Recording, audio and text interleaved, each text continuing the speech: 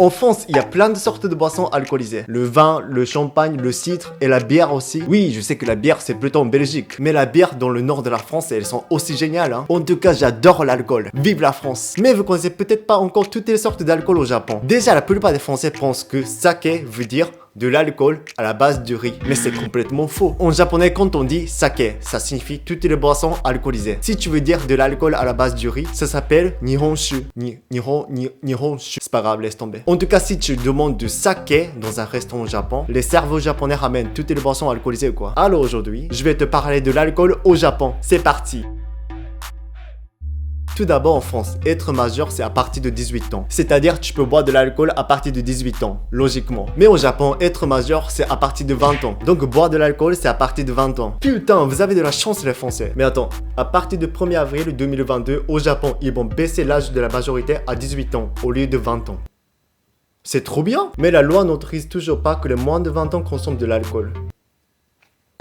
Non, Yes, je viens d'avoir 18 ans. Yes, t'as enfin le droit de voter. Moi, je veux plutôt... par contre, j'appelle la police si tu fumes. Voilà, la loi japonaise est ultra bizarre. Même les majeurs ne pourront pas boire de l'alcool s'ils ont moins de 20 ans. Juste, ils ont le droit de voter ou quoi. Ouais, c'est important, ouais.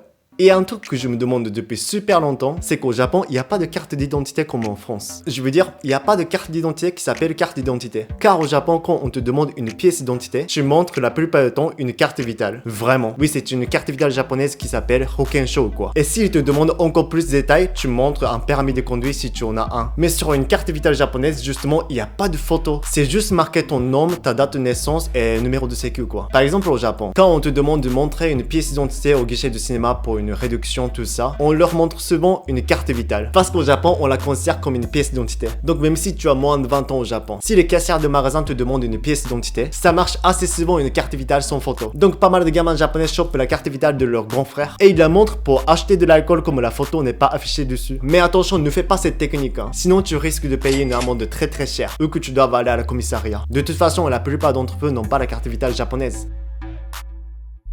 Bon, enfin, disons que t'es majeur. Maintenant, je parle de la bière. Hein? Pourquoi Tokyo no Jo veut parler de la bière au lieu du saké? Tu sais, au Japon, selon une enquête, il y a plus de Japonais qui préfèrent la bière que le saké. C'est étonnant comme résultat. Ça casse tous les clichés, hein. Donc, je vais plutôt parler de la bière au Japon. Tout d'abord, qu'est-ce que c'est pour toi?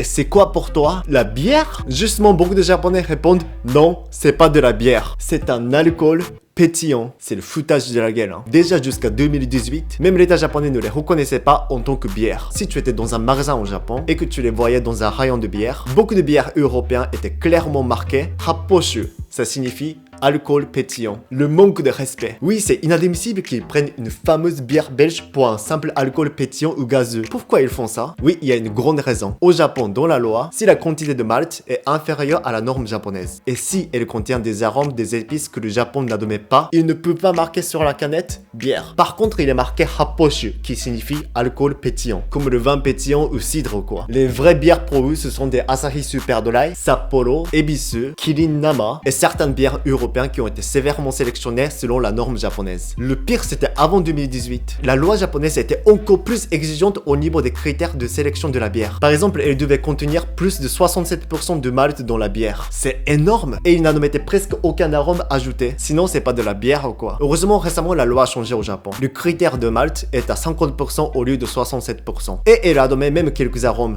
Le goût du citron et tout. Enfin, elle considère que quelques bières européennes soient comme des bières. Mais même si la loi a changé, les Japonais sont toujours exigeants en ce qui concerne la bière. Et ils me disent souvent ne, ちょっとお前が飲んでるやつ悪いけどビールじゃないから。いやでも俺はビールだと思ってんだけど。ただの炭酸が入ったアルコールです。残念。どう？Aussi. Mais attention, ça ne concerne pas que la bière européenne. Voilà, ce sont des bières japonaises. L'une est marquée biru, mais l'autre est marquée happoshu. Et encore une autre, likuru, qui signifie liqueur. Quand on ouvre, apparemment, elles sont pareilles. Parce que qui peut faire la différence de la quantité de malt, 67%, 35%, des choses comme ça? Les grandes différences, c'est que la taxe de la bière est plus chère que l'alcool pétillant, en raison de la quantité de malt. Et les Japonais n'ont pas vraiment l'habitude de boire de la bière qui contient plus d'arômes et tout. Donc j'entends souvent qu'ils ont mal à la tête, parce qu'ils n'ont pas vraiment l'habitude l'habitude quoi. Donc fais attention quand tes potes japonais te demandent d'acheter une bière. Les vraies bières pour les japonais c'est assez limité. Faut bien lire ce caractère japonais, biru, qui signifie vraiment bière quoi. Finalement, t'as fini par avoir la gueule de bois. Au Japon, le soir, on voit plein de salariés bourrés sur le trottoir, alors que le lendemain matin, ils travaillent tous dans leurs entreprises. Et on se demande...